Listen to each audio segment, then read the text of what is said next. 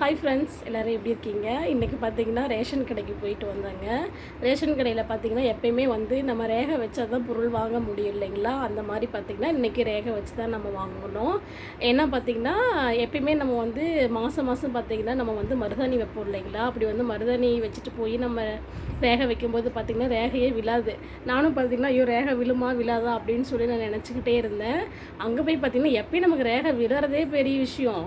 அதே பார்த்திங்கன்னா ரேஷன் கடைக்கு வரும்போது ஏன் இந்த மாதிரி மருதாணி வச்சுட்டு வரீங்க, இந்த ரேகை விழாது அந்த மாதிரி சொல்லுவாங்க. நான் வர பயந்துக்கிட்டே இருந்தேன்.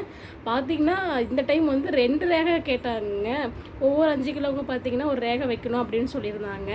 நாங்கள் பார்த்திங்கன்னா அரிசி வாங்கும்போது எனக்கு 2 ரேகை வேணும்னு சொல்லி வச்சாங்க. பார்த்திங்கன்னா ரேகை விழுந்துருந்துச்சுங்க. ஒரு ரேகை விழுறதே பார்த்திங்கன்னா எனக்கு பெரிய விஷயமா இருக்கும். இப்போ பார்த்திங்கன்னா 2 ரேகை விழுந்துருச்சு. எப்படின்னு எனக்கு தெரியலைங்க. இந்த மருதாணி வச்சுமே பார்த்திங்கன்னா ரேகை விழுந்துருச்சு.